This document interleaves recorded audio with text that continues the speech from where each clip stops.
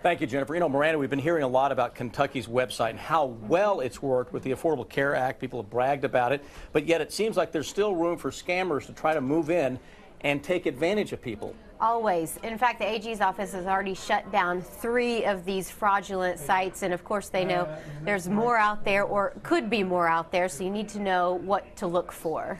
What are the red flags? If I'm trying to search to look into the Affordable Care Act and that website, what should I be looking for to make sure I don't get in trouble here? A couple of things will help you out. It's never going to be a .com or a .net. It ends in .gov, so that's something to be aware of. Also, you will never get an email from the government about your health insurance. So if you get an email, don't respond to it and don't give any information to that email address. So you actually talked to someone in Lexington who fell victim to a scam on this. Right. Well, he had the right web address, but he put it into the Google search box. And so when he did that, it pulled up a lot of options. And he clicked on the wrong option. And as soon as he gave them any information, he started getting phone call after phone call after phone call from people, guess what, wanting his credit card. He was smart enough not to give out that information and report it to the AG's office, which is exactly what everyone should do in that situation. So for people who do fall victim to this, are they at risk for losing money and maybe their identification in terms of having their identification stolen, or both? Absolutely. This guy could have been out $400 because if he would have given his credit card number, they were going to charge it $440, which is what they were saying that would charge him a month for his health insurance. So it's believable. They're good at it. So you just have to remember not to give out your credit card information ever. There's a lot we don't know about the Sebastians. No. Where they're from, where's their family, It was around the 17th, I think, of October. who would leave them. The last time we knew, she was working at Waffle House. All we can track is the past month since they've been here. And even to the point when we went to try to help them, they wanted to hide. They're now under the care of Jenny Ramsey in the Catholic Action Center. We found them at the downtown transit center. They're on Vine. You know, they didn't want to come. She was afraid that we were taking her to a nursing home. Henry is 55. His wife Jenny is 66. We had a beautiful wedding. They've been married since '95. She suffers from cerebral palsy. They've never been apart. I don't know that either of them would live long without each other. Ramsey believes their daughter, who we are told is ill, We haven't heard from her. paid for one night at a Lexington motel for the couple, then disappeared. When she left, we was there at the motel. We no longer could pay the motel bill. So, and it was raining extremely hard, and we had to leave there in the rain. After that, we walked, and we just started walking for about, I don't know, for a week or so. We just kept walking and walking wherever we went because we didn't really know where to go. Ramsey says the Sebastians are part of a new but growing trend of elderly dumping. They're vulnerable human beings who do not deserve to be left on the streets to get ill and possibly die. They do get some income from disability and Social Security, but they say it's not enough to survive. They say they were living with Jenny's daughter until she couldn't care for them any longer. They don't know where she is. They're worried about her.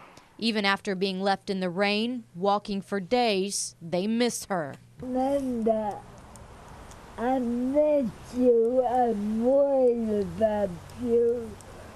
Would you please contact me? Forever looking for the daughter that left them behind. In Lexington, Miranda Combs, WKYT. It's quiet here. This home tucked down a narrow road in Garrett County. The house, though, holds a past that haunts Patsy Smith. Still to this day can't remember everything. Every minute of every day. My car was completely packed when the domestic violence started. Smith says her boyfriend of more than 3 years had been drinking back on June 28th. Arguing continued to escalate, and Smith decided to take her children and leave. He tackled me to the ground and smashed my face in. Smith's injuries were so severe she was taken by helicopter to UK Medical Center. Her boyfriend was charged with first-degree assault. When I woke up in the hospital, I had tubes breathing for me. Smith says she released herself from the hospital after several days. She was scared. No one could tell her anything about her children. Left the hospital on a search for my 3 little girls. 6-year-old Rihanna, 1-year-old Stormy, and 2-month-old Michelle. I called 911, reported my kids missing.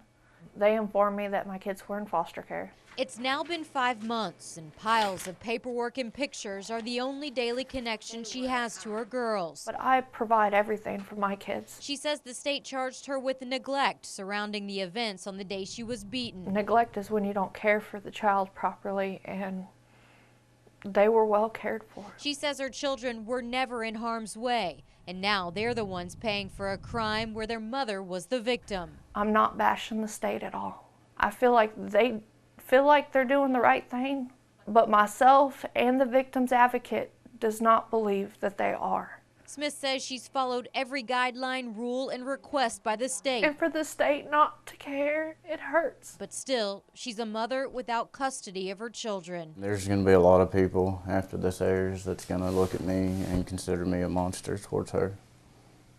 I understand that. I'm ready for that battle. Heath Poland is the man who admits to beating Smith. The reason? Goodness gracious. I couldn't give you a reason, not one that would validate anything that's gone on that day. Poland was released from jail just last week when the case of the Commonwealth versus Heath Poland was dismissed. We feel that they're being punished for something they weren't even involved in. His 10-year-old son is also in foster care with Smith's daughters. His son was with them on the night of the attack. I'm his hero. I'm my girl's hero. I mean, one of them asks when Daddy's gonna cook for him. And the other one just wants Daddy. And the other one doesn't even know Daddy. Smith says she's not getting back together with Poland. They both admit they need help. I can't take back what happened. I wish I could. But she says she needs her children and they need their mother. She sees them once a week for a couple of hours. I can't even see my kids without somebody supervising me, and I have no reason not to. Her newborn is now 7 months old. Trying to talk, she's changing. They all are, and their mother is missing it. I'm stunned that the state of Kentucky is holding a victim accountable for the perpetrator's actions. My 6.5-year-old Rihanna cries almost daily, crying for her mama. My Christmas tree's still in the closet, and it's not going up till my babies come home. We did reach out to the Cabinet for Health and Family Services for their response to Smith's plea for her children. Their statement reads, "Because of confidentiality laws, we can't comment on specific child protective services cases or confirm child placement in out-of-home care. The Department for Community-Based Services investigates every report of child and adult abuse or neglect. In situations where a child is not safe in their home, foster care is often a temporary intervention until safety issues are resolved and the children can return home. Family reunification, when safe, is always our first priority." In the newsroom, Miranda Combs, WKYT.